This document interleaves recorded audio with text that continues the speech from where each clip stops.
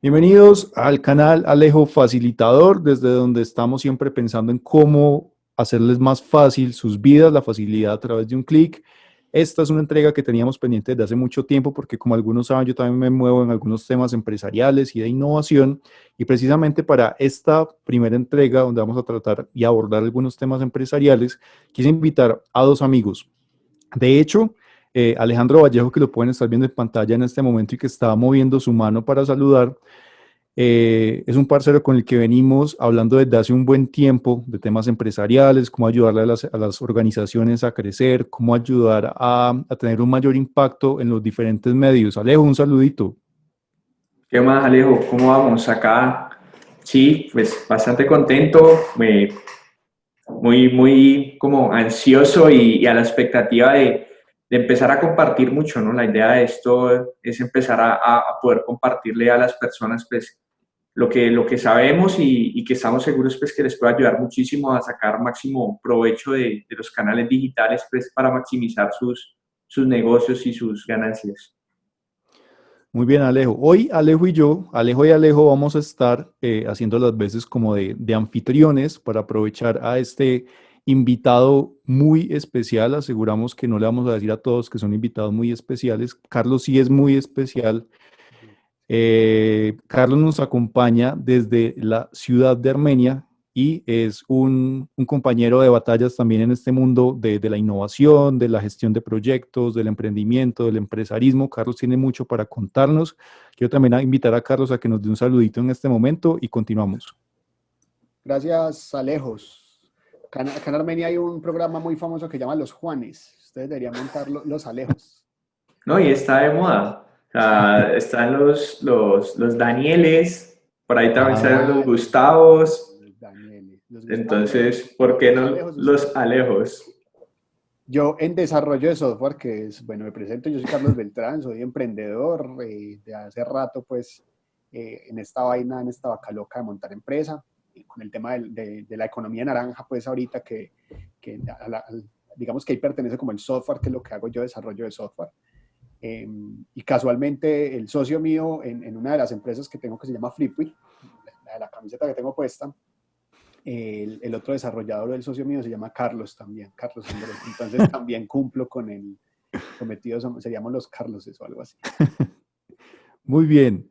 Carlos, ¿cuál es el apellido de su compañero Carlos? Que yo solamente me aprendí el nombre de uno y ya los dos les decía Carlos las primeras veces que nos vimos. Él es Carlos Carvajal.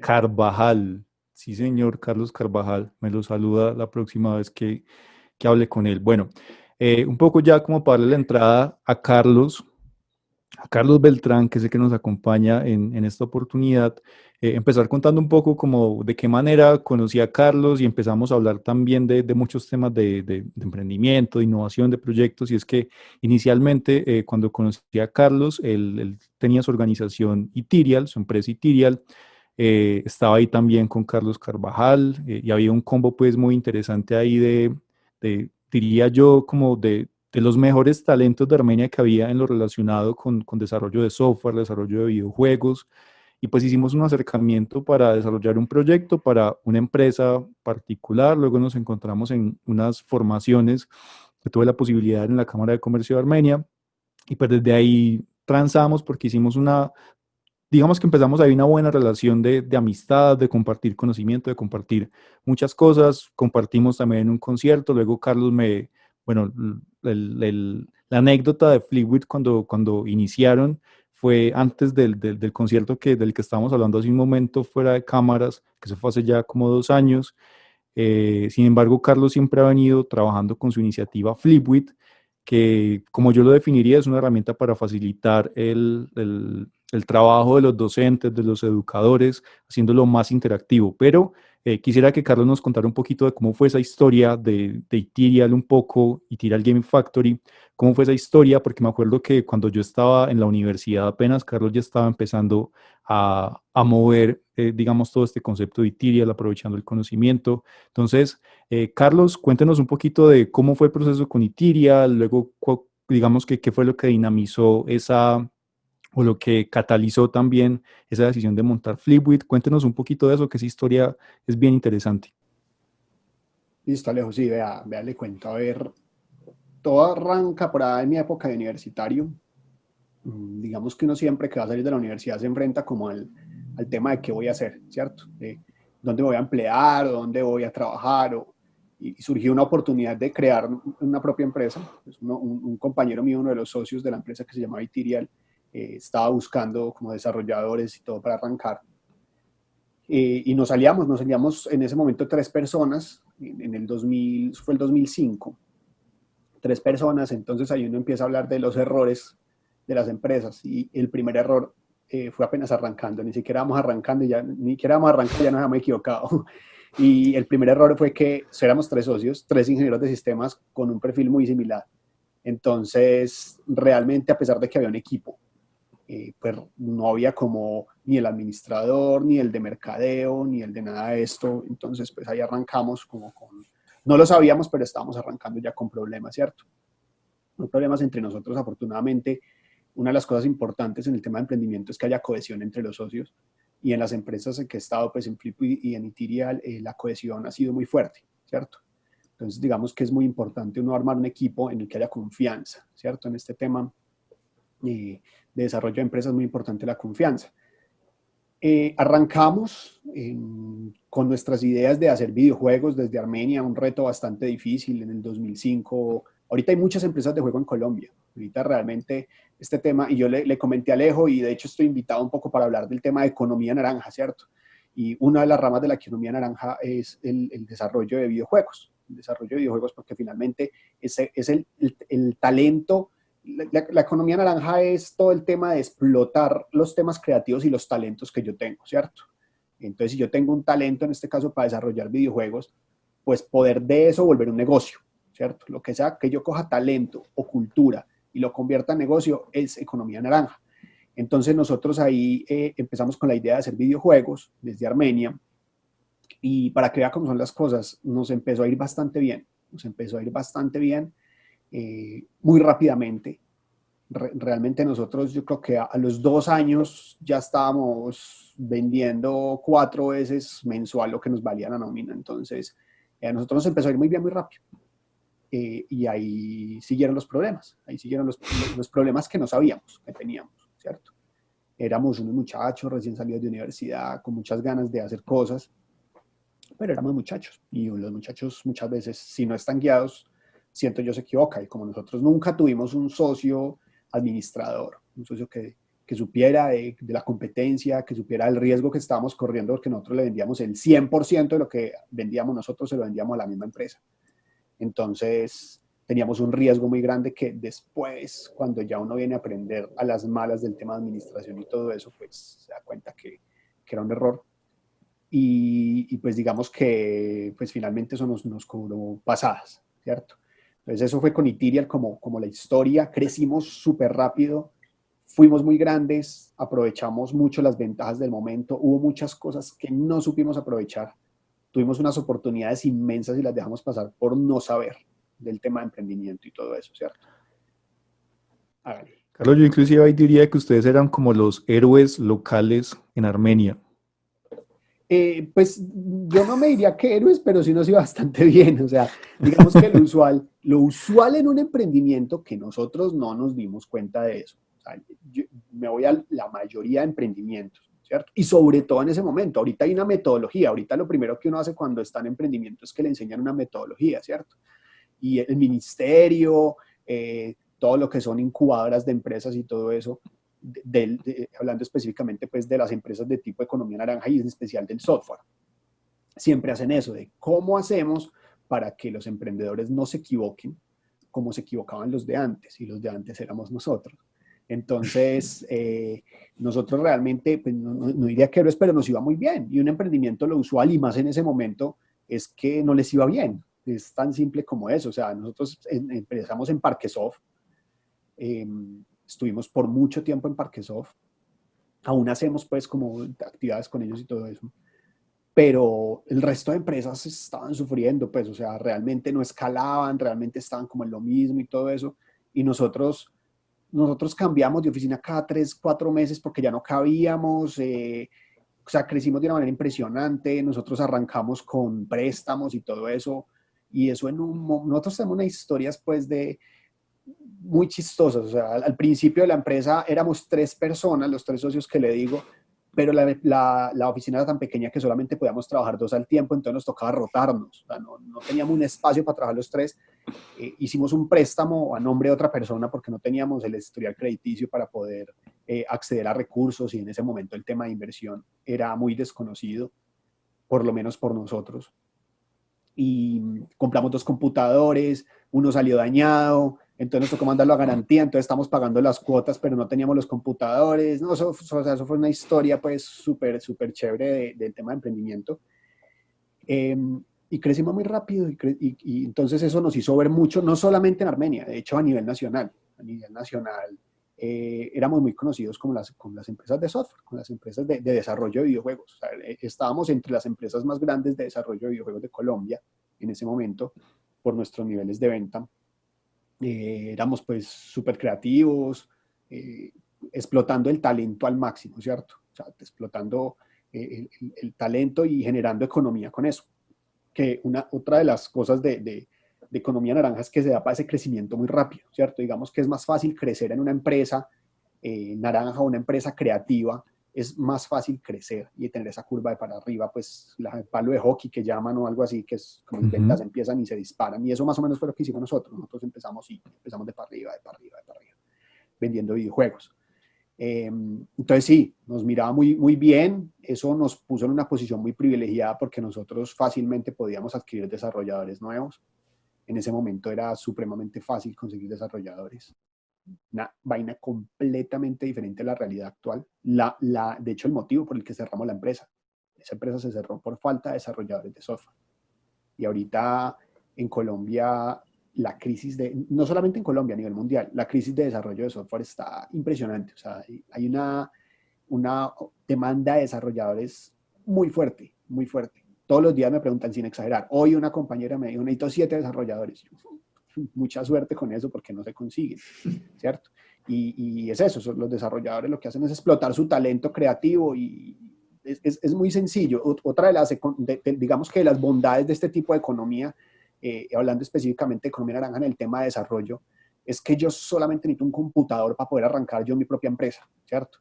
Incluso si no quiero arrancar mi propia empresa y no que quiero potencializarme para trabajar para otra empresa y que me paguen bien, en cuestión de 3, 4 meses yo puedo estar ganando unos salarios que son muy competitivos con respecto a lo que ofrecen otros tipos de economías más normales, ¿cierto?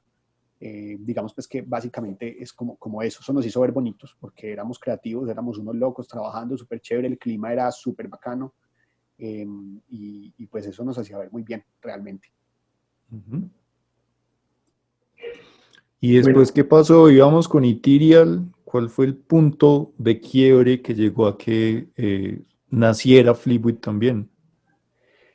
Bueno, pues el tema de la persistencia por emprendimiento, ¿cierto? En emprendimiento uno no siempre le pega a la primera. Son más bien pocas empresas las que le pegan a la primera, ¿cierto? Y hubo mucho desconocimiento, realmente mucho desconocimiento de muchas cosas, y eso fue lo que nos hizo a nosotros cerrar Ethereal. Entonces cerramos Ethereal, pero yo quería seguir emprendimientos. A mí me gusta mucho el tema del emprendimiento y siempre estaré, si no directamente emprendiendo, por lo menos por los laditos. Ahorita, por ejemplo, estoy en diferentes emprendimientos, sigo con Flipwith, estoy con otros 2 emprendimientos que ahorita si quieren les cuento, estoy montando un tercero, o sea, estoy haciendo muchos. De pronto ¿cuál es el problema? Que eso causa un poco de desenfoque, ¿cierto? Y el emprendimiento necesita enfoque. Pero afortunadamente eso logré entender, es un equipo, ¿cierto? Y ahorita en 2 de los emprendimientos que estoy, yo no soy el emprendedor principal, hay otro emprendedor, ¿cierto?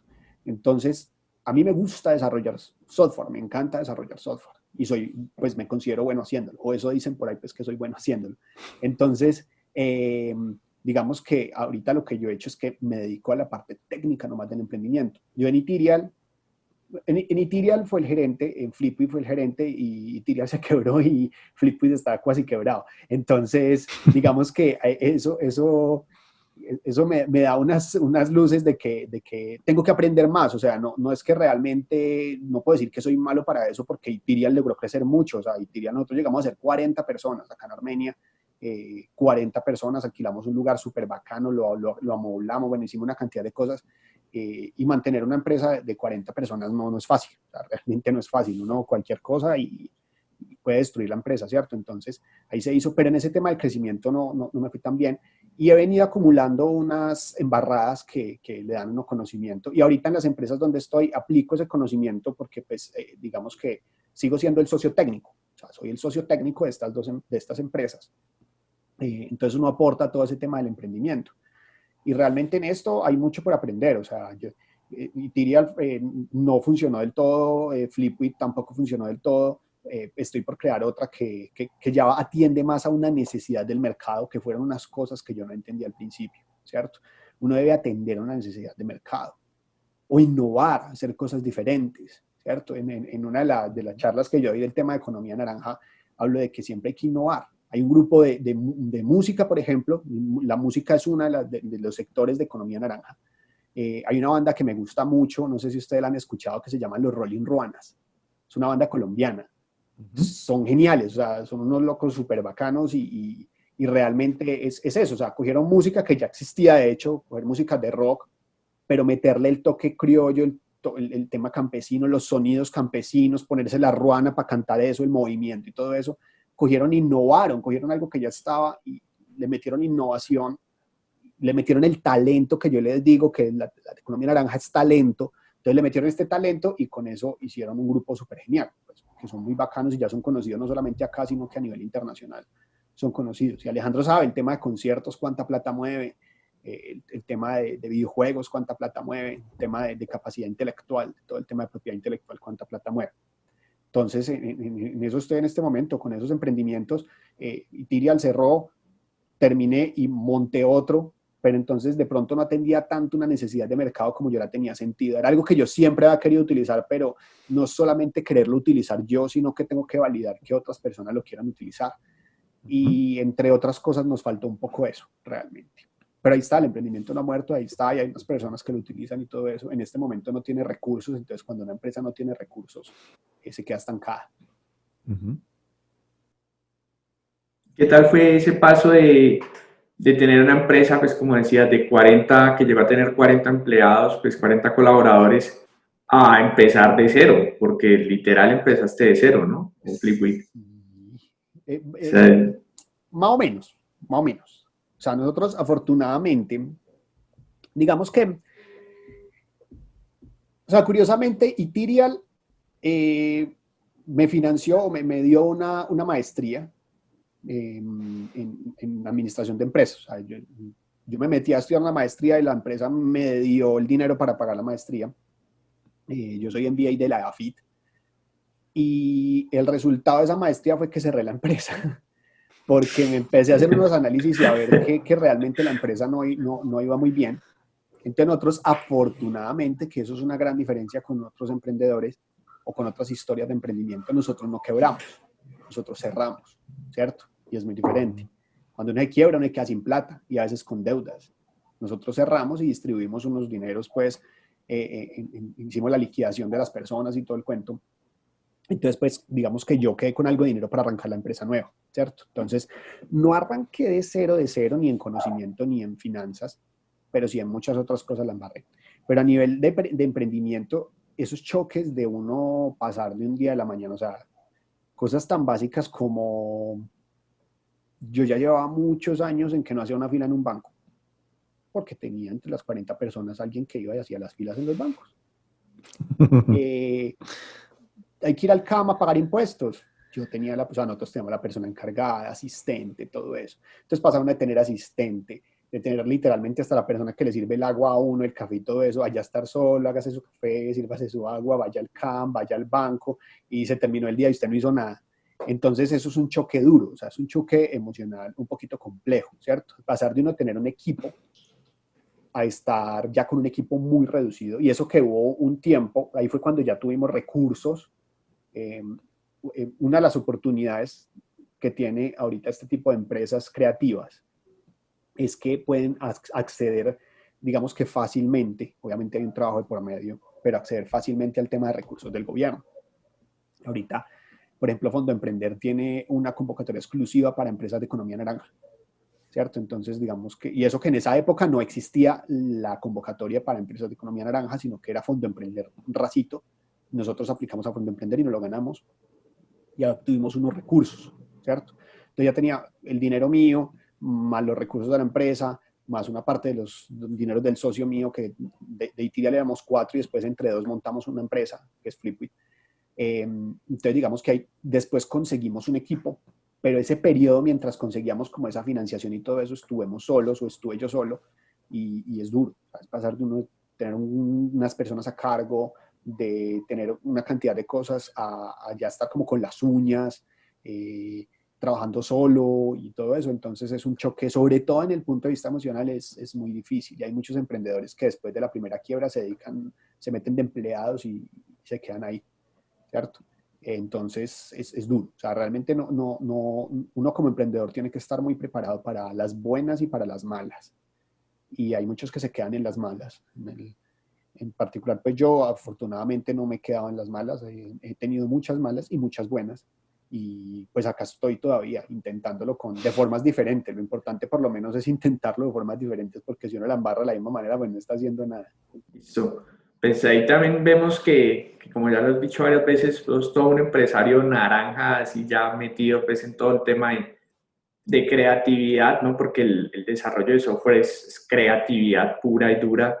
¿Qué crees como que tiene todo este mundo de la economía naranja para aportarle a las otras industrias más tradicionales, o qué deberían ver ellos como en esta industria naranja? Más que todo, pues con todos los retos y desafíos que están surgiendo a raíz pues, de lo de la pandemia, ahorita pues con todo este tema de economía, pues que se está como pausando, estancando, que nos va a tomar un tiempo pues volver a como a la normalidad que teníamos. ¿Qué crees que tenemos en economía naranja para ofertar, o como que deberían aprender pues, las otras empresas? Vea, pues realmente el tema de economía naranja tiene unas ventajas muy específicas, ¿cierto? Vamos a hablar como de las ventajas con respecto a otros tipos de economías diferentes. Entonces, lo primero es que necesita usted para entrar o para montar su empresa, ¿cierto? Si yo soy una empresa que, qué sé yo, hago bolsos, yo soy una empresa que hago bolsos y yo empiezo a trabajar en el tema de querer montar empresa, pues tengo que conseguir una cantidad de personas para que hagan los bolsos, o si arranco yo, pues voy a poder producir muy poco. O sea, no es replicable, lo que hago no es replicable, ¿cierto? Y pues voy a tener que conseguir unas máquinas, y entre más especializado sea el bolso, más máquinas. Entonces se termina yendo mucha plata en solamente arrancar, ¿cierto? Es un poquito complejo eso. Entonces, que lo que le decía ahorita en Economía Naranja, yo puedo arrancar con un celular. Si yo soy un youtuber, con un celular puedo arrancar. Y hay muchos youtubers que muestran sus primeros videos y eran unas vainas súper oscuras, súper mal grabadas. Pues ahí arrancaron, ¿cierto? Y con eso arrancan y con eso van creciendo, y ya después se compran un teléfono más chévere, y ya después se compran lucecitas, como las Se que fueron las lucecitas de Alejo. colores y todo eso, las lucecitas de discoteca de Alejo. Y con eso arrancan con un teléfono, ¿cierto? En el caso de un desarrollador de software, de hecho, las grandes empresas como Microsoft, Apple y todo eso, yo creo que siempre, no me acuerdo cuál era el emprendedor de tecnología que decía que él había embarrado en que no había empezado en un garaje, porque pues, él veía que todas las empresas que tenían éxito en temas de software habían arrancado en un garaje, y que el problema era que él no tenía garaje. Y eso entre chance y chance es verdad. O sea, ustedes ponen a ver las historias de las grandes empresas de software, arrancan en un garaje, ¿cierto? En Estados Unidos, pues que todas las cajas tienen garaje, pero acá pues comienzan en una habitación, y con mi computador, que conseguí un computador ahorita no es tan costoso si lo comparamos con otro tipo de cosas, ¿cierto? Y también está el tema de lo que es digamos que, ¿qué es lo que exporta un país? Son casi siempre recursos que se acaban, ¿cierto? Entonces, ¿por qué le apuesta, por ejemplo, un país como Colombia al tema de economía naranja, que apenas están empezando? Porque finalmente vender cosas como petróleo, y que es en Colombia el mayor, digamos que lo que más vende es petróleo. Si ustedes van a mirar las exportaciones de Colombia, el 38% es petróleo, ¿cierto? Y economía naranja es por allá una vaina con el 0 punto y pedacito, como decía un profesor de la universidad, una mierdécima de las exportaciones en Colombia son de temas creativos, ¿cierto? Pero son temas que son replicables. Y entonces, ¿por qué hago énfasis en lo replicable? Si yo hago bolsos, quiero vender otro bolso, tengo que construir el bolso, tengo que conseguir materia prima, tengo que conseguir la persona que hace ese bolso y todo, ¿cierto? Si yo hice un show, si yo, por ejemplo, soy un músico y hice un show y lo grabé y quiero vender el show, es un berraco archivo. Simplemente compro por la descarga del archivo o hago enlace con las plataformas que venden este tipo de archivos, venden este tipo de contenido, o simplemente, por ejemplo, lo subo a YouTube y por cada visita que haga yo empiezo a rentabilizar, ¿cierto? Entonces es algo que es más fácil de replicar y de llegar a otros lados. Y está el tema del Internet. Si ustedes hacen una pieza creativa y ustedes quieren llegar a cualquier parte del mundo, es Internet. Ustedes saben que ustedes pueden entrar acá a ver contenido donde ustedes les dé la gana, ¿cierto? Si yo tengo qué sé yo, me creo un show de chistes y en México lo empiezan a ver, es súper fácil. Flipwit lo descargan en México, Flipwit lo usa. De hecho, la mayor cantidad de personas que utiliza, que ingresa a la página de Flipwit es de México y nosotros jamás hemos estado realmente fuertes en México, ¿cierto? Y es por eso. Si fuéramos otro tipo de empresa más tradicional, pues ahí está una de las grandes ventajas de Economía Naranja, pues replicar mi empresa es más difícil, expandirme es más difícil, ¿cierto? Con esto estamos a un clic, literalmente como dicen, a un clic en temas de Economía Naranja podemos llegar a cualquier parte sin ningún problema. Entonces esas son como principalmente las ventajas. La forma de entrar es mucho más económico hacerlo en Economía Naranja. La forma de poder replicar mi contenido, de llegar a otros mercados, ese tipo de cosas para mí son lo principal. Y ahorita el tema del apoyo. El gobierno está dando mucho apoyo. Hay una página que es economianaranja.co.co y ahí pueden ustedes encontrar una cantidad de información de todo lo que son convocatorias. No solamente hay convocatorias donde dan dinero, hay donde dan conocimiento, donde dan una cantidad de cosas. Entonces uno tiene el apoyo para poder comenzar su empresa.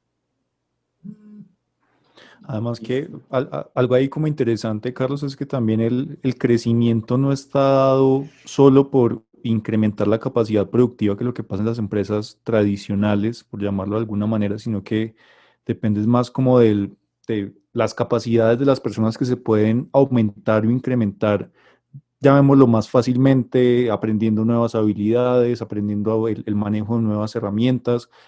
Y esto, digamos que genera un retorno de la inversión, me atrevería a decirlo, más rápido y mayor.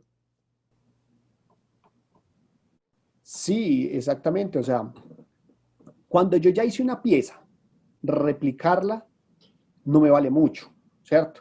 Si yo en software genero un software, después de que yo genere el software lo empiezo a comercializar y el nivel de retorno de inversión es muy alto, ¿cierto? Porque a mí muchas veces atender un cliente más realmente no me vale mucho, ¿cierto? Yo pago un servidor y puedo atender 10,000 usuarios con ese servidor. Entonces, ya si yo compro otro, me puede atender otros 10,000, ¿cierto? Entonces, si cada cliente me paga $1 por mi aplicación, entonces yo ya estoy generando $10,000 más con un servidor adicional que me puede valer $20, $30, ¿cierto? Entonces, digamos que ese retorno de la inversión empieza a ser mucho más rentable. O sea, si hablamos en términos de rentabilidad, mucho más rentable muchas veces cuando yo escalo el tema de economía. Y hay empresas que crecen y que se vuelven, pues, un tema de la historia, por ejemplo, de Rappi, que son empresas que crecen supremamente rápido y que llegan a estar valorados en miles de millones de pesos, de dólares incluso, pues. Entonces es mucho más fácil realmente. O sea, cuando digo mucho más fácil no significa que sea fácil, ¿cierto? Cuando digo mucho más fácil es que lo estoy comparando con otras economías, que es diferente, ¿cierto? No estoy diciendo que fuera sencillo porque no es sencillo. La vaina tiene no, ni siquiera su fórmula. Donde hubiera fórmula, pues todos estarían en el tema y ya, ¿cierto? Pero sí tiene una cantidad de variables que cuando usted la suma, crecer rápidamente y aumentar la rentabilidad es más sencillo con empresas de economía naranja. Sí, ahí yo agregaría pues que el tema de las empresas pues puntualmente de tecnología más que todo es que nos permiten como que para escalar no hay que ampliar la parte humana, ¿no? Sino que el equipo se puede mantener más reducido para lograr un impacto más grande, diferente a una industria tradicional, ¿no? que si yo quiero producir más bolsos, pues sí o sí tengo que aumentar mi fábrica, mi planta y crecerla, y eso involucra más costos, ¿no?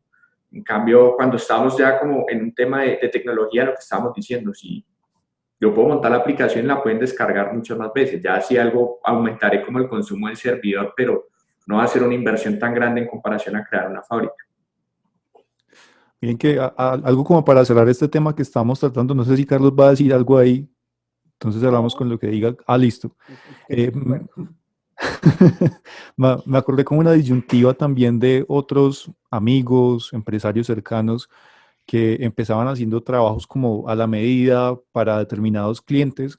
Digamos que de cierta manera ellos tenían casi que dedicarle 2 o 3 personas o un equipo de trabajo a un cliente.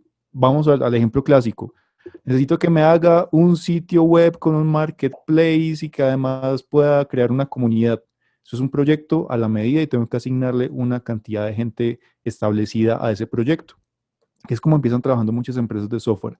Pero después, digamos que tienen un momento de revelación donde dicen, ok, ese no es el modelo de negocio, o eso, o más bien podríamos pensar en otros modelos de negocio que nos ayudaría a ser más rentables, y es cuando dicen, no, espere, está bien que nos vaya bien con los proyectos, pero donde realmente está el negocio, o pues alguna percepción también que he recibido de varias empresas que se mueven en esta industria, no está en trabajar por proyectos, sino en trabajar en un producto digital, algo que se pueda vender, algo que sea repetible, algo que sea escalable y que le podamos dedicar esfuerzos específicamente a ese producto. Sí, es cierto, o sea, hay dos modelos, que uno es el tema de prestación de servicios, ¿cierto? Yo presto un servicio de desarrollo donde un cliente tiene una necesidad puntual y yo entro a hacerle eso, ¿cierto? Eso tiene sus pros y sus contras. Para las empresas, digamos que muchas veces pueden encontrar un software, si ellos mismos lo mandan a hacer, que se ajuste completamente a sus necesidades, ¿cierto? Pero para una empresa de desarrollo como tal, puede ser rentable porque los proyectos se venden en mucha plata, ¿cierto? Entonces, digamos que si yo arranco mi casa de desarrollo de software, que es hacer productos a la medida de un cliente, pues yo puedo cerrar el primer mes un negocio de 20 millones de pesos y ahí tengo plata para trabajar, ¿cierto? Ujú. Si yo arranco un emprendimiento, y pues más que nosotros estamos acostumbrados ahorita mucho al tema de las licencias gratuitas, de que yo entro y uso este software gratis hasta cierto punto. Entonces muchas veces yo llego a un punto donde primero tengo que hacer todo el software, entonces necesito conseguir los recursos para poder hacer todo el software, ¿cierto? Después de que hago el software, entonces empiezo a conseguir los clientes, pasa otro tiempo mientras los consigo. En teoría, hay muchas metodologías que ni siquiera son así. O sea, hay metodologías donde le dicen los mismos clientes son los que pagan el desarrollo de software. Entonces yo voy a hacer Ujú. esto y esto le soluciona la vida a esta empresa, entonces esta empresa deme una plata mensual para yo poder hacer esto, ¿cierto? Porque esto cuando ya esté terminado le va a servir a usted, pero también le va a servir a muchos otros. Entonces consigo 5, hago como una especie de crowdsourcing entre varias empresas que me pagan. O sea, hay muchas metodologías realmente que antes no se aplicaban. De hecho, uno de los fracasos pues, en temas de emprendimiento ha sido ese, que uno se demora mucho tiempo haciendo un software y a la final cuando lo sacan no era lo que el mercado quería, ¿cierto? Entonces ahí se empieza a hablar de temas como Lean Startup, de muchas metodologías de desarrollo ágil y todo eso que reducen la probabilidad de fracaso, ¿cierto? Por eso les digo que desde el 2005 que se inventó Ethereum, se creó Ethereum, hasta hoy han salido muchas metodologías y mucha teoría con respecto a cómo se debe emprender, que realmente le sirve mucho a un emprendedor. Pero casi todas pegan a eso, Alejandro. O sea, realmente es más, digamos que a largo plazo es más fácil hacer un emprendimiento que tenga un producto a uno que ofrezca un servicio, ¿cierto? Sobre todo en el tema de que ahorita está muy complicado conseguir desarrolladores, ¿cierto? Entonces, si Sí. yo estoy haciendo productos a la medida y yo tengo un cliente hoy y mañana tengo otro cliente, pues es otro software diferente que hay que hacer y requiere otro desarrollador, ¿cierto? Entonces, creo que lo comenté ahorita, no sé, el gobierno lanzó un programa la semana pasada, nuevamente apoyando todo el tema de economía naranja, entonces van a formar 100.000 programadores en los próximos 2 años, 100.000. Y eso que aún así, yo sé que eso no va a dar abasto, porque ahorita con la pandemia pasó algo, y es algo que va a tener unas repercusiones grandes en todo el modelo económico en Colombia del tema de desarrollo de software. Y es que empresas que no se habían atrevido a teletrabajar de afuera, lo empezaron a hacer a las malas y les gustó. Entonces, una empresa de Estados Unidos que decía, no, desarrollo remoto, no, remoto no, porque es que a mí me gusta tener mis empleados acá sentados para verlos, para poderlos tocar y chuzar, porque es que si no, si los dejo en la casa no trabajan.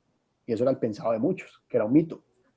Entonces ahorita tocó a las malas, trabajan desde la casa y se dan cuenta que sí funciona, ¿cierto? Entonces ya dicen, uy, pero yo a este acá le tengo que pagar un salario de $10,000. ¿Por qué no me contrato uno en Colombia que no me valga 10,000, sino que me valga $4,000? ¿Cierto? Sabiendo que es lo mismo, ya no lo tengo acá, ya no lo puedo chuzar, da la misma vaina, lo contrato en otras partes. Entonces hay empresas que están empezando a contratar, ya abren sus vacantes, y antes era location, San Francisco, location, Los Ángeles, location, Nueva York, ahorita location, remoto, y ya. Entonces, eso hace que los emprendimientos de acá empiecen a tener cada vez menos personas para desarrollo. Y a pesar de que sean 100,000, pues no va a dar abasto realmente eso. Entonces, digamos que en temas de prestación de servicios, eso es un poco complicado ahorita conseguir los desarrolladores. ¿Qué hace uno? Pues obviamente empieza a hacer lo que uno pueda. Y lo que uno puede es contratar personas que no tienen tanta experiencia. Y ni siquiera nos pasó. O sea, cuando nosotros cerramos en el 2015, eso ya estaba empezando a pasar. Ya estaba empezando a ponerse difícil conseguir desarrolladores. Ya estaban empezando a literal, habían empresas, uno de los compañeros de la empresa me contó, y me dijo, a mí me llamaron de una empresa y me dijeron, le pago el doble de lo que usted esté ganando. No sé cuánto le estén pagando, pues le pago el doble. Y trabaja desde su casa. Nosotros no teletrabajamos en ese momento. Y trabaja desde su casa. Un muchacho recién salió de la universidad. Entonces, pues obviamente eso hace, entonces empezó como una guerra de sacar desarrolladores y todo eso. Y entonces uno empieza a contratar cada vez personas con menos conocimientos, ¿cierto?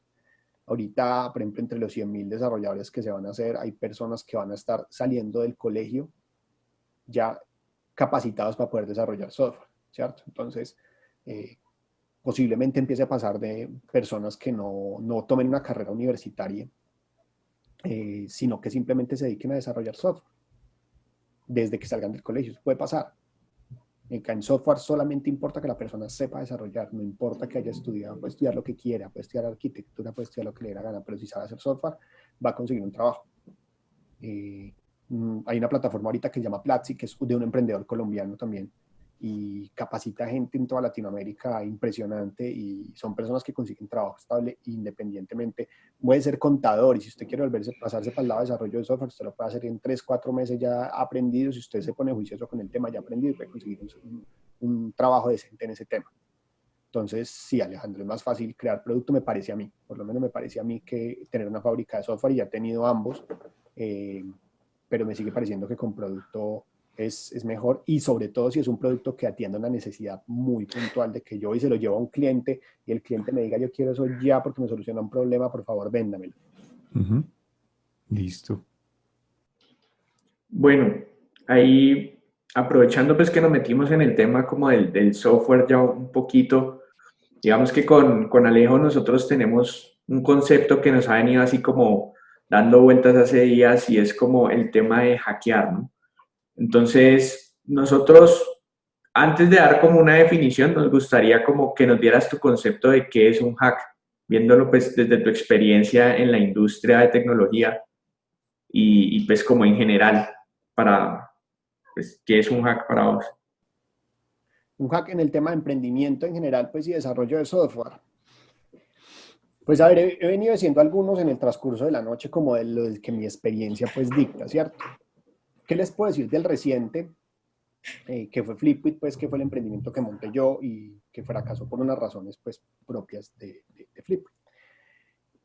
Algo que yo no entendí y que lo vine a leer en un libro después de que ya la había embarrado. Siempre la información a veces llega un poco tarde, por eso es importante que un emprendedor lea, que sería un hack, lea sobre temas de emprendimiento, para que mire qué cosas debe hacer.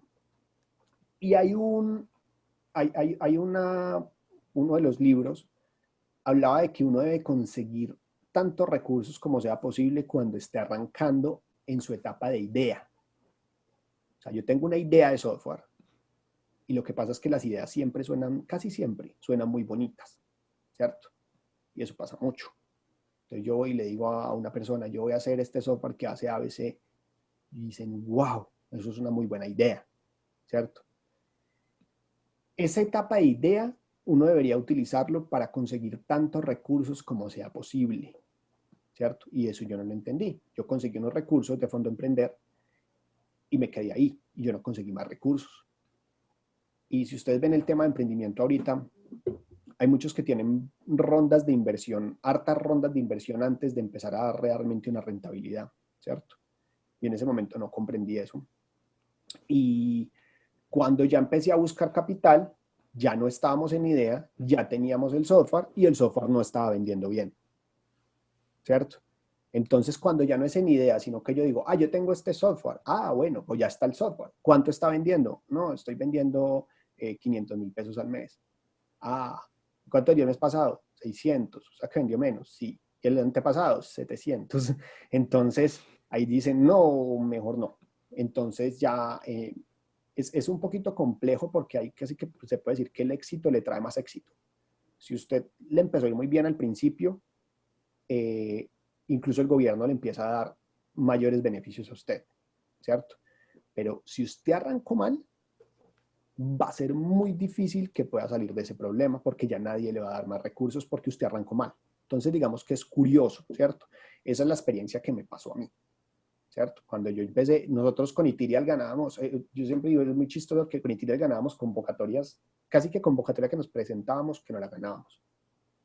Y con Flipwit, convocatoria que nos presentábamos, la perdíamos. Y fue por eso, porque cuando era convocatorias en Itirial, uno mostraba las cifras de Itirial y era una empresa en crecimiento, era una empresa que vendía harto, era una empresa que se movía, que tenía flujo de caja, que tenía una cantidad de indicadores buenos.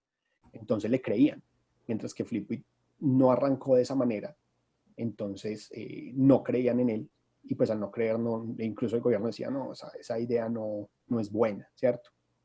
No la idea. Cuando lo hicimos con idea ganamos, con Fondo Emprender, pero una vez estuve en Fondo Emprender, yo no volví a presentarme con las convocatorias porque ahí es donde estuvo el error. No me dediqué a conseguir más recursos, ¿cierto? Hay muchas empresas, ahora muchas startups, que lo que hacen es que tienen una persona dentro de la empresa, usualmente el CEO, se encarga exclusivamente de conseguir más capital. En una de las empresas que estoy trabajando ahorita, hacen eso. O sea, constantemente están buscando, tienen literal una hoja donde muestran quiénes son todos los inversionistas con los que están hablando y en qué estado van, ¿cierto? Yo eso lo hacía en Flipwit, pero con clientes, no con inversionistas. Entonces, con esta universidad o con este capacitador voy en tal etapa de venta. Mientras que esta otra empresa lo hace, pero con inversionistas. Estamos hablando con él para que nos inviertan $100,000 y vamos en esta etapa de negociación. Entonces, una cantidad de inversionistas que yo en Flipwit, si mucho he hablado con 2 potenciales inversionistas, realmente. Entonces, eso es consigan capital. O sea, hagan que la rueda del emprendimiento se esté moviendo, así no estén vendiendo aún, que le esté ingresando capital, ¿cierto? Obviamente, entre más arriba estén ustedes, entre mejores indicadores tengan, pues más fácil van a conseguir capital. Pero yo eso lo vine a entender después de ya haberme gastado toda la plata de Flipwit, que era que no tenía el capital ya tenía el software por fin y se me acabó la plata apenas terminé el software. Entonces me quedó faltando toda la parte de empezar a vender, de empezar a posicionarlo, de estabilizar el software y todo eso, y ahí ya no tenía recursos, entonces ahí fue donde tuvimos el problema y lo tenemos todavía porque, como les digo, pues todavía sigue en la jugada Flipwit.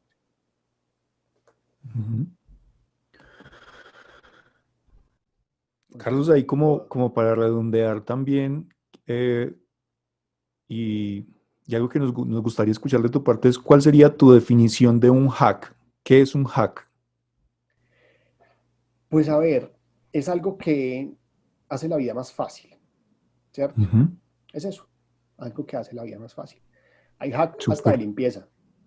Uno busca y Denos uno. hacks de limpieza, no me lo sé. Le tengo un hack que utilizo cuando va a hacer hueco en la pared. Cuente. Lo único. Que son de esos hacks que he visto por ahí, que son interesantes. Ajá. Yo antes, cuando iba a hacer un hueco en una pared para hacer cualquier cosa, para pegar un mueble o algo, pues uno coge taladra y eso sale ladrillo por todos lados y termina montado el ladrillo, el piso, la pared, todo eso, ¿cierto? Eso me pasaba mucho. Y por ahí una vez vi un hack, que por eso digo es algo que hace la vida más fácil, que es simple.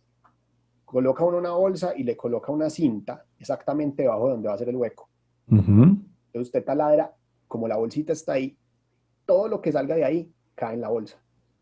Entonces usted lo hace, saca el taladro, quita la bolsa con todo el ladrillo que hay ahí y lo bota y no se unta ni la pared, ni el piso, ni nada. Eso es un hack. Hack para la vida.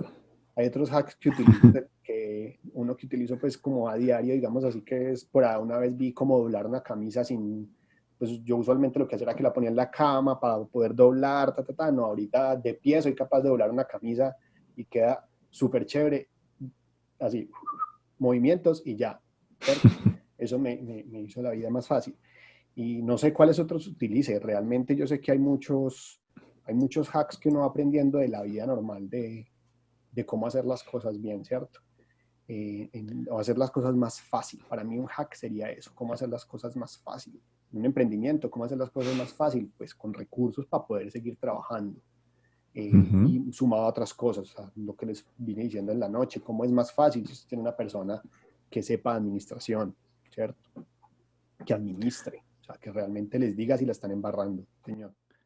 Carlos, y ahí le doy continuidad a la siguiente pregunta, que usted ya se adelantó ahí un poquito, pero también queríamos como que compartiera un segundo hack desde un enfoque empresarial, claro, relacionado con, compártale a los empresarios o innovadores que nos están viendo en este momento un hack que les ahorraría mucho tiempo, como que, hey, esto le haría más fácil su vida como empresario si me escuchan en este momento, o le voy a compartir un truco para ahorrarle tiempo como empresario. Ya escuchamos uno, le propongo que nos comparta un segundo hack. Pues digamos que hay muchos, o sea, hay mucha cosa que realmente yo podría colocar como en segundo lugar. Para mí el primero es recursos, porque es que si no tiene recursos usted no puede hacer nada, ¿cierto?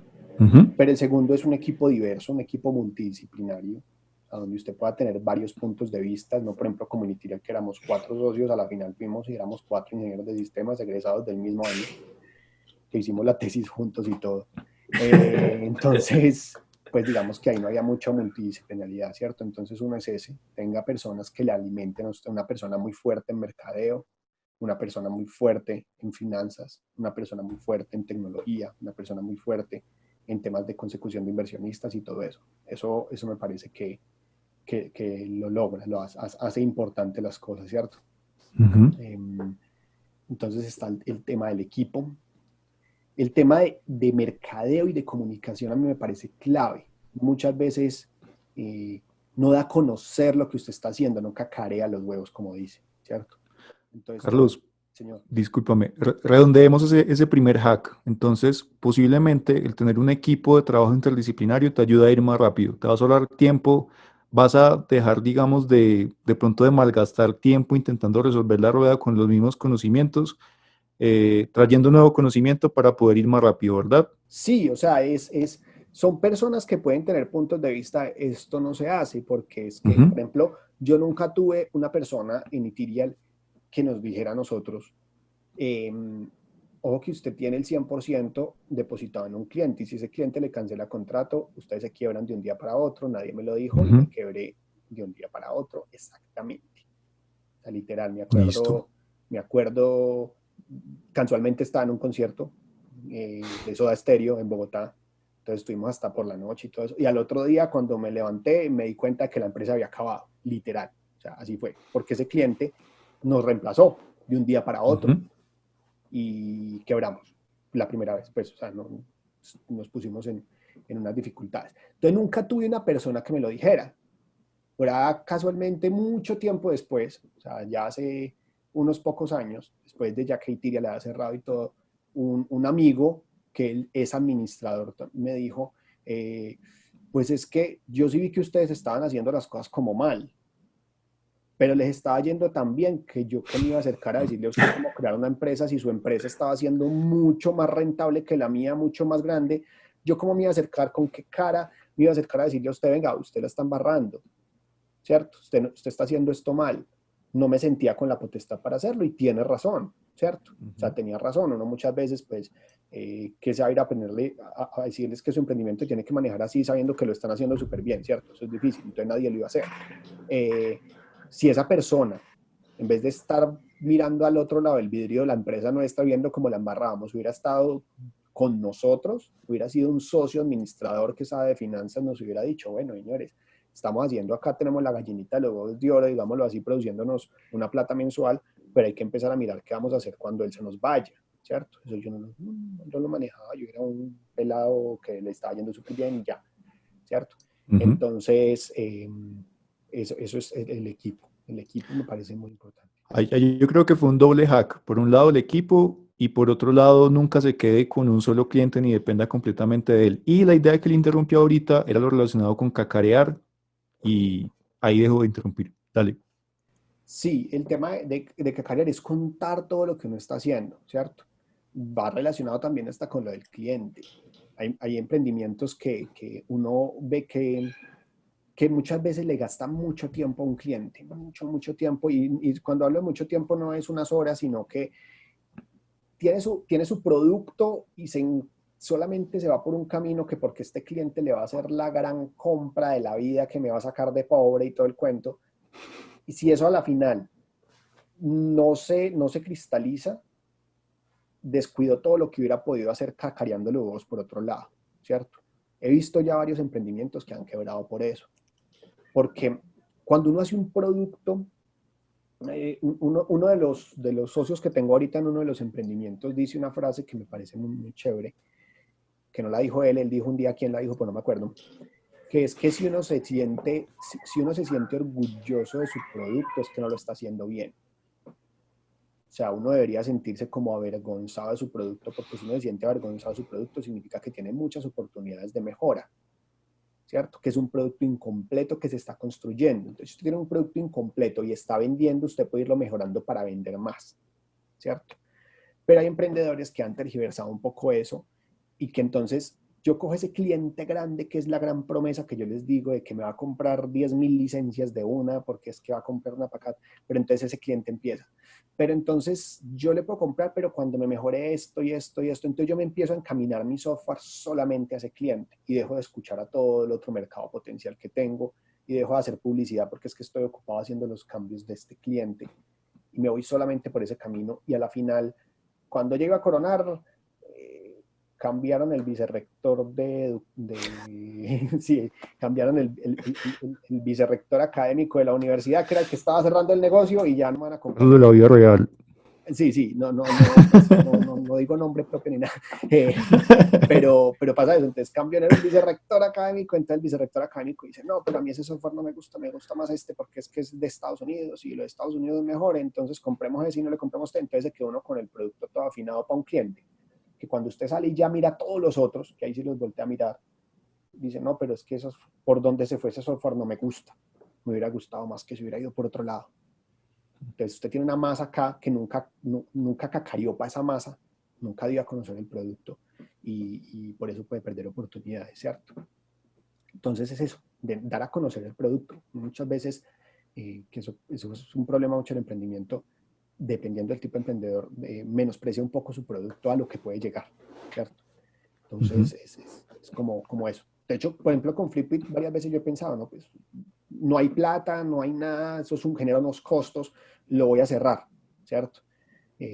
Y cuando uno ve que empiezan a llegar usuarios que usted no tenía ni idea y que le escriben, uy, qué software tan chévere, qué cosa tan bacana, entonces uno dice, no, o sea, sí tenemos algo, ¿cierto? Entonces, por ejemplo, con Flipit está como en un stand-by, pero es un emprendimiento que yo en algún momento podré retomar para poder continuar con él.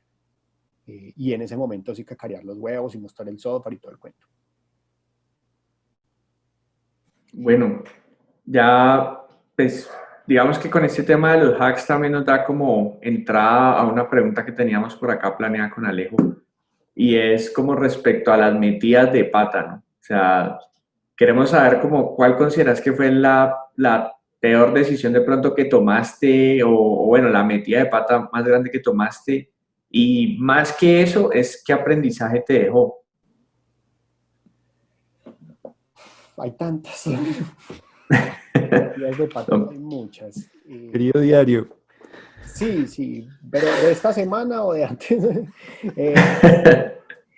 A ver, no, realmente esto siempre son ese aprendizaje, ¿cierto? cacharros me han pasado muchos, ya he contado muchos durante la noche, confiar en un solo cliente fue una metida de patas, digamos que a grandes escalas, pues qué metidas de patas se han hecho, esas son algunas. A nivel técnico tenemos muchas también, muchas historias de cosas que nos pasaron. Una vez nos pasó que hicimos un software para un cliente a nivel nacional, una campaña de lanzamiento de publicitario de solo una marca de helados a nivel nacional. Hicimos la página web, la intención era tomar datos, literalmente era tomar datos y después de que tomaba los datos jugaban un juego, pero la intención de la marca era tener los datos, ¿cierto?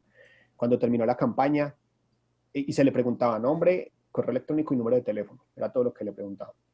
Y cuando terminó la campaña, o sea, terminó la campaña, como 10.000 personas jugaron. Y nos llama el cliente y nos dice, venga, es que todo el mundo sale con el mismo número de teléfono. Y efectivamente, el desarrollador la embarró, no probó. Teníamos un tester contratado para hacer pruebas y probó y él no vio el problema. Porque yo siempre les decía, usen datos reales. Entonces él probaba con 1, 2, 3 y resulta que con 1, 2, 3 funcionaba. Teléfono, 1, 2, 3 y grababa y 1, 2, 3 funcionaba. Pero cuando usted metía el número celular no funcionaba. Pero nos dimos cuenta cuando terminó la campaña y era un error irreversible. O sea, entonces, pues imagínense el nivel de problema que es para una empresa eso, ¿cierto? Para todos. Pues, cuando me llama el cliente, ay, bueno, aparece el mismo número de teléfono. ¿Y cuánto se demora para darme los números de teléfono que son? ¿Y cómo le explicaba yo a él que era imposible? Que no se podía. Entonces, eso nos pone en problemas y esas eran metidas de patas técnicas, ¿cierto? Pero ¿cómo lo resolvió, Carlos?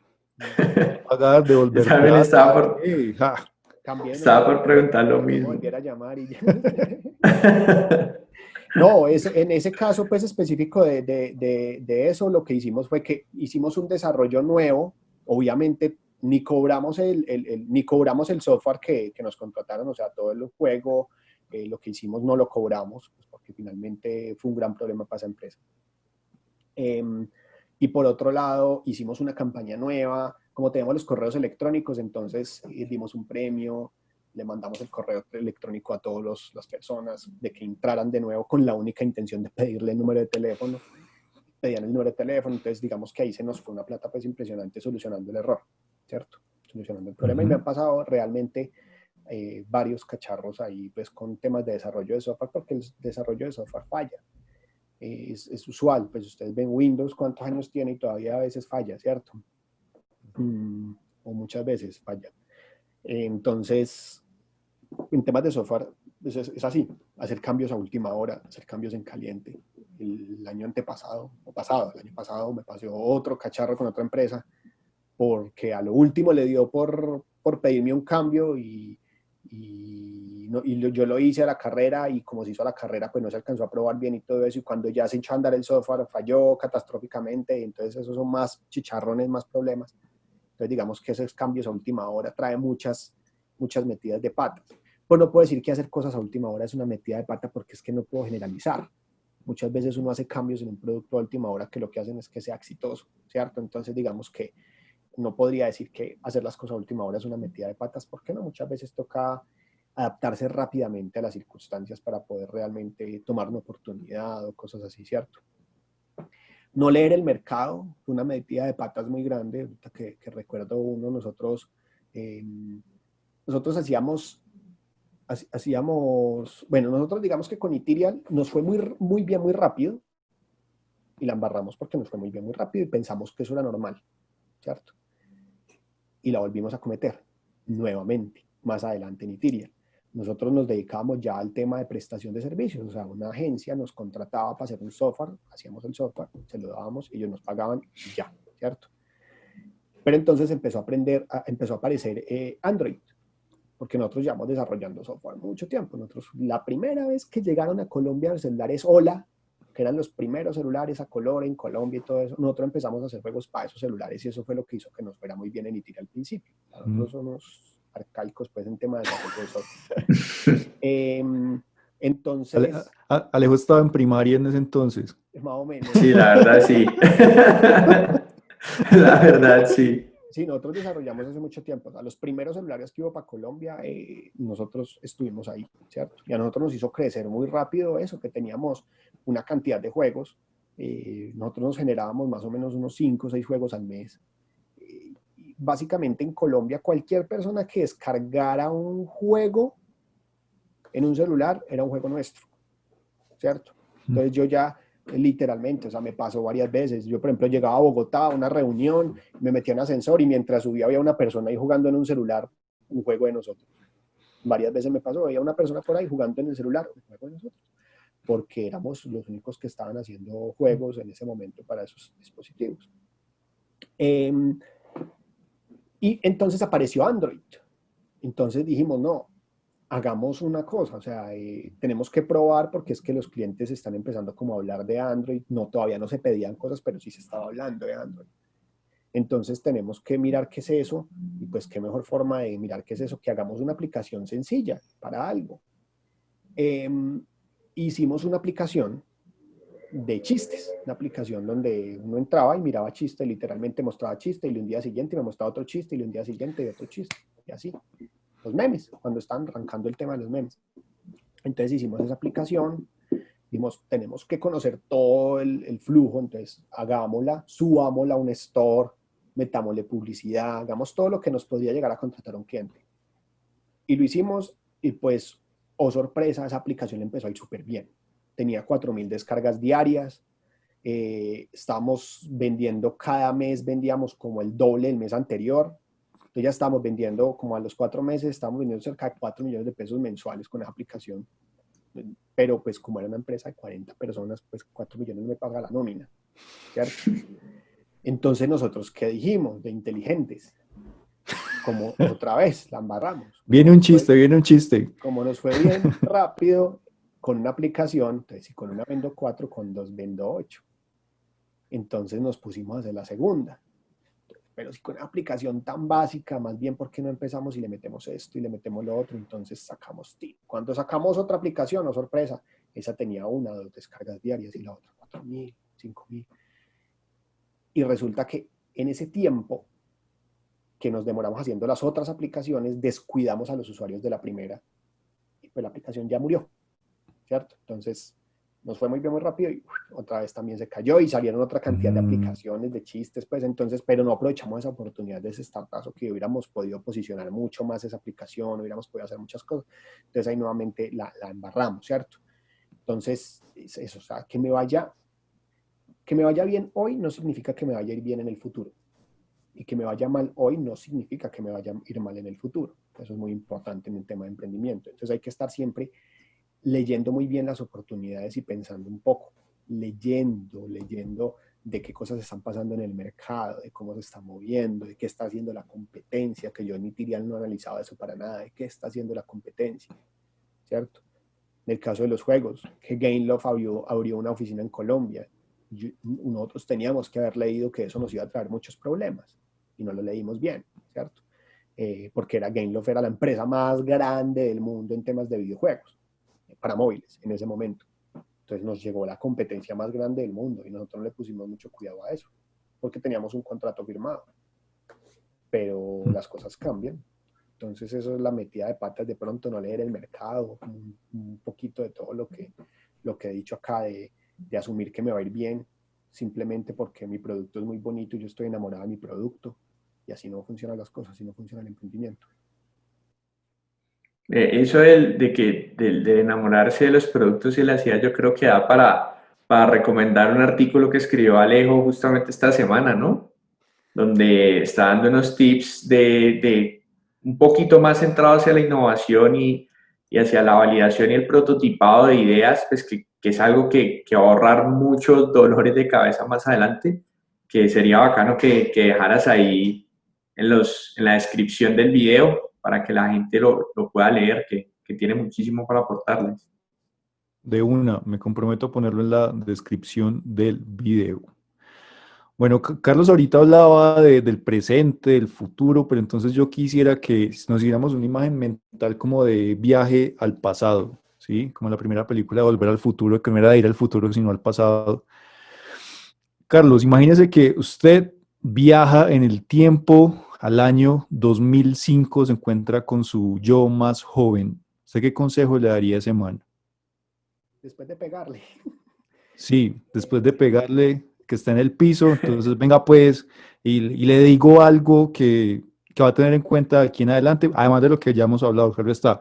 Digamos que 2 días después de haber creado oficialmente Ethereal, llegamos a ese día específico, le da un golpe en la cara, no sé con qué tanta fuerza.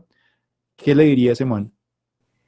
Pues yo creo que específicamente hablando de los errores que cometimos nosotros, que no ponga, como dicen, no ponga los huevos en la misma canasta, Ujú. ¿cierto? Eso básicamente es lo que le diría. Hay que diversificar un poco en mis clientes, en mis productos, en mis soluciones. En el caso de Itiria, habría que diversificar en clientes y diversificar en productos, ¿cierto? Eso sería un poco como lo principal que yo creo que le Ujú. diría es eso, que vuela las oportunidades y que no ponga los huevos en la misma canasta, que eso es complicado, se presta para problemas a futuro. Muy bien. Ahora, Alejo, lo invito a que nos comparta como algo que le quede aquí de todo el conocimiento, sabiduría, experiencia, hacks que nos compartió Carlos. Usted como, ¿qué se lleva de lo que nos compartió Carlos de esta sesión, de este encuentro entre amigos, que es como lo principal? Bueno, pues ahorita estaba pensando justamente en eso y me llevo muchas cosas. Algo que me gustó mucho fue con lo que inició hablando mucho como de la actitud del emprendedor, ¿no? Más que, digamos que hay mucha literatura al respecto de lo que ya Carlos nos decía, ¿no? De metodologías, de vaya, bueno, vamos a leer qué otros, los emprendedores como exitosos que están haciendo y replicar esos modelos, pero sin la actitud no hay nada, ¿no? Y el ejemplo de, pues, o sea, escuchar las historias de Carlos, de todo lo que le ha pasado, cómo se ha parado, de las metidas de pasta y todo esto, pues me deja como mucho esa enseñanza bueno, hágale y simplemente enfóquese en hacer que las cosas pasen y de ser de cabeza, no de cabeza dura, pero sí de actitud fuerte, ¿no? De pararse y no ver los obstáculos y quedarse ahí quieto, sino arrasar con todo lo que le pongan por delante. Creo que eso es lo que más me marcó de la conversación y es que me parece brutal y también tengo mucha información pues con la que me quedé ya que estoy justamente como en esa etapa de crear como